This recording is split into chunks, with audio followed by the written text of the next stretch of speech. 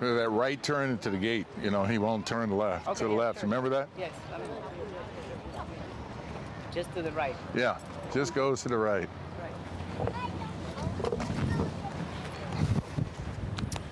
Trainer James Cassidy with the regular rider for the usual QT, Victor Espinosa, and just reminding him of a couple of things before the call for riders up here and the return of the usual QT to California. He last started at Meydan Racecourse in the United Arab Emirates in the Dubai Duty Free, finished 4th in a field of 16, and is now back at his home base. Well, he's quite a racehorse. 10 first or second place finishes out of 13 lifetime starts. And it's so funny, these unusual heats. He is the leading sire here in California, far and away. But they are the most quirky horses. You know, we see Barry Abrams, who has a lot of them, always going through some sort of shenanigans in the saddling paddock. And here's the usual QT, another son of unusual heat that has quirkiness. But boy, do they run. And they are the toughest horses I think I've ever seen.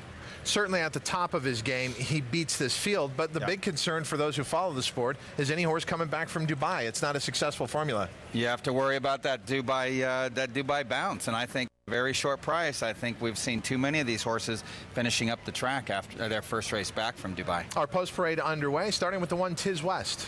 He could lead the way in here early on if they let him. He's got some speed, but it's been a long time since he visited the winner's circle. Been a little while since Dakota Phone has been on the grass. You have to go back to his first start of this year, although it was a good third beat in the neck behind the likes of Monzante and Red Alert Day.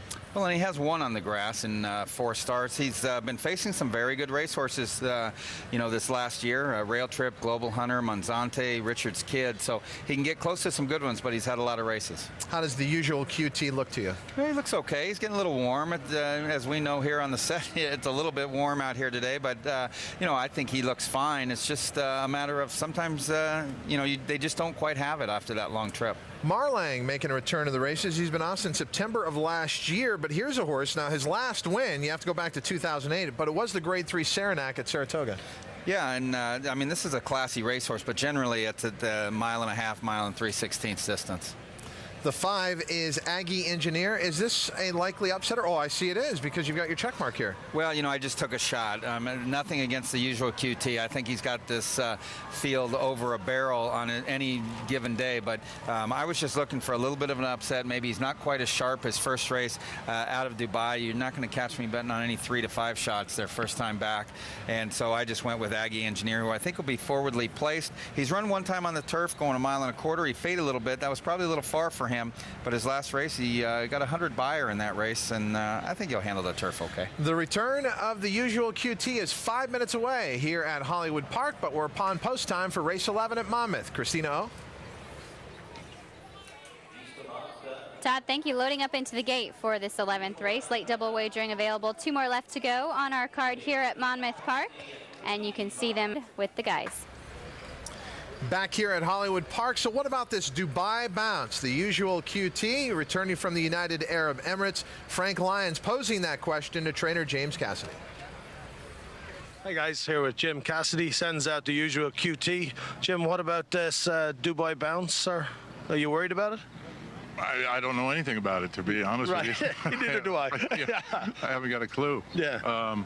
He's very professional. He seems like, never gave us a problem in Dubai. He seemed to come back pretty good. Now, you were just saying to me that maybe his mind is getting a little better as he's getting older. Seems like it. He's gotten a little, he used to get a little more fractious than he is right now. Yeah.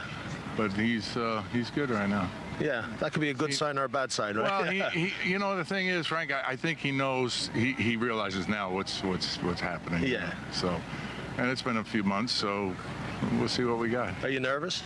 Always. Yeah. Always. When you're a short price, you're supposed to be nervous. That's right. Yeah. Something goes wrong, then But right now, he's doing really well, and he's not a problem. Yeah. Not a problem. That's good. Okay. All right, guys. Back to you. Ron, the usual QT, aside from the consistency that you talked about throughout his career, he had that 6-race win streak going through last year into the early part of this year. I think the other mark that was impressive is that he raced consistently. He had a busy campaign. So how do we view horses like this who seem to thrive off racing, and now they've had some breaks in between their last few starts? Well, I don't, he probably could have used little bit of a break had it not been the long trip over to Dubai instead. But, he was a very consistent. These unusual heats thrive on activity. I mean, we see them day in and day out. They run well. They're hardy. They're very tough.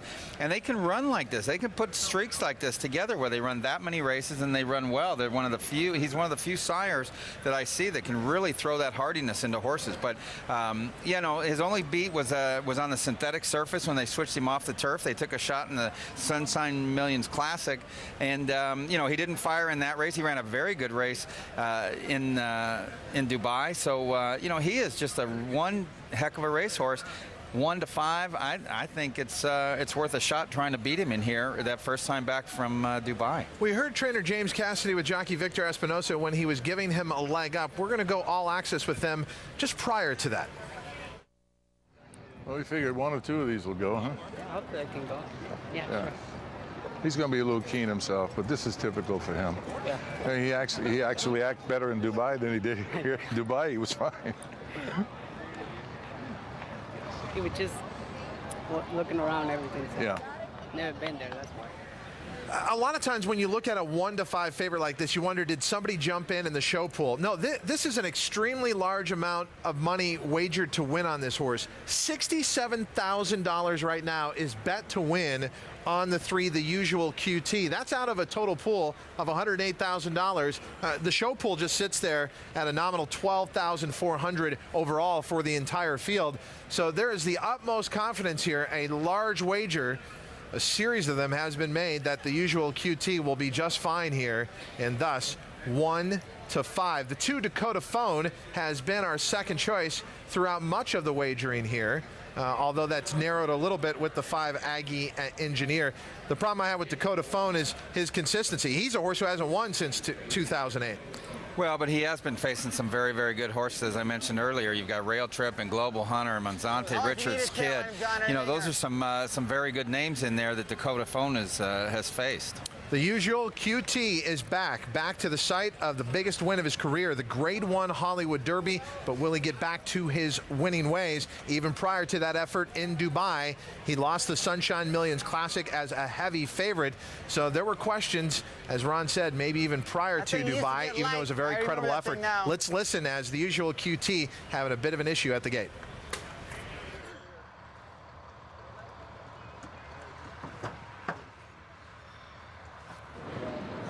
Attaboy, come on. They didn't turn him the right way. He says, I go to the right, okay, not to the left. There he goes.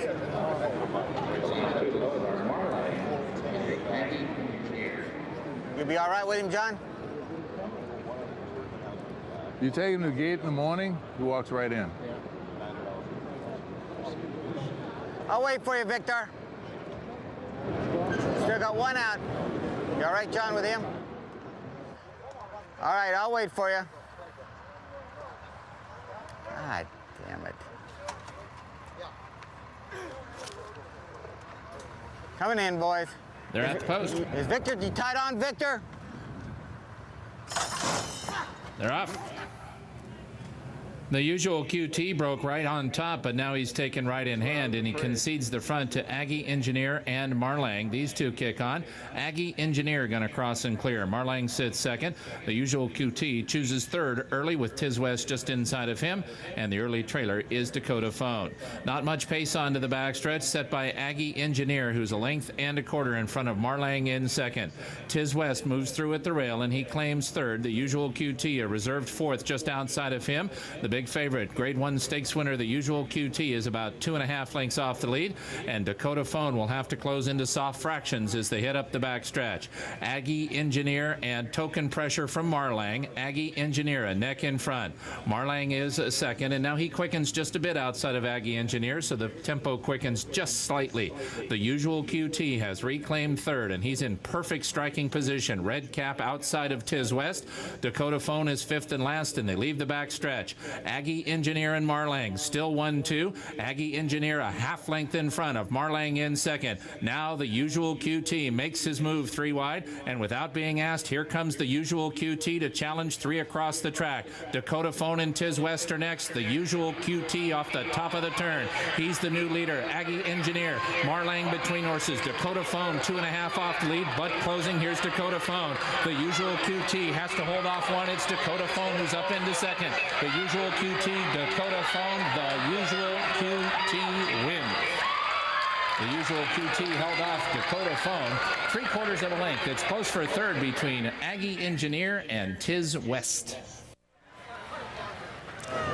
James Cassidy, despite pre-race moments, was always pretty laid back about what was going on here. He has the utmost confidence in the Usual QT and another performance to back that up. Oh yeah, this was a very easy, almost a workout really for the Usual QT. Victor Espinosa just biding his time around the turn. It was a very slow pace, but he's just loaded for bear here as he turns for home. And you'll actually see the Usual QT just drag him past these horses. He's just waiting. As soon as he gets a little bit of a run from Dakota Phone at the end of the race, he asked him to pick it up, and he easily holds that one at bay. But looks like the trip to Dubai, no harm for the Usual QT here, as he looks as good as ever. There's a lot to look forward to here, keeping in mind he had not raced since late March. This is a solid mile that he turns in. His off odds were 3-5. So whoever put a big win wager on him is going to like the return that they get here under these types of circumstances in a field of 5. 3-2-5-1 here in the 5th at Hollywood Park, and it was pretty to watch. As you mentioned, Ron, he's just so good when he turns on this acceleration. He likes to sit there about mid-pack and then uncork his run coming out of the turn. Yeah, and Victor doing all the right things, just making sure he's out in the clear and doesn't mind losing a little ground when you've got much the best horse.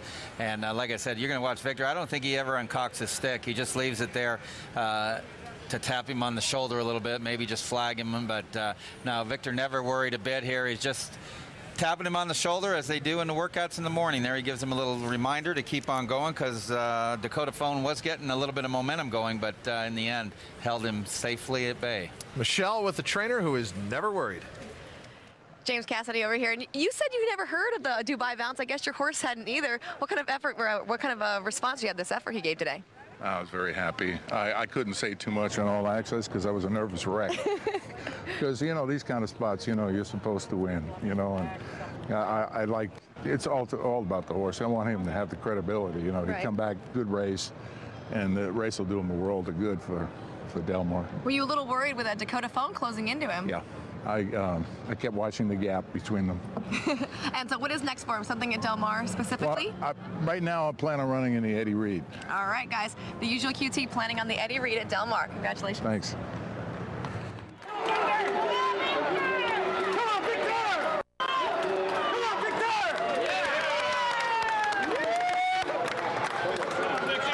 Congratulations, guys. Thank you. I wish when I'm that nervous that I could hide it as well as James Cassidy does. And, you know, the other thing about the Usual QT is his versatility to win from a mile to a mile and a quarter. You all right? Pretty good, yeah. He's come back good, man. I think. You warm up okay? Yeah. Everything's good.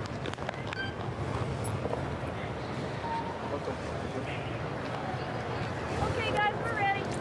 So James Cassidy can now plot that route down to Del Mar and the Eddie Reed. Yeah, the Eddie Reed is a very logical spot. That's at 1 1/8 on the turf down at Del Mar, and this horse looks like the trip took nothing out of him. He really ran a good race in that, finishing 4th out of 16 horses. A horse like Take the Points was 5th in that race. So, you know, this is a solid racehorse, and you know, borders on phenomenal, really. And really throw out that race in the Sunshine Millions, which was on the synthetic surface that he obviously didn't like as much as a turf. And I mean, this horse hasn't done one single thing wrong. And he's 2 for 2 on the Del Mar turf course that we are talking about.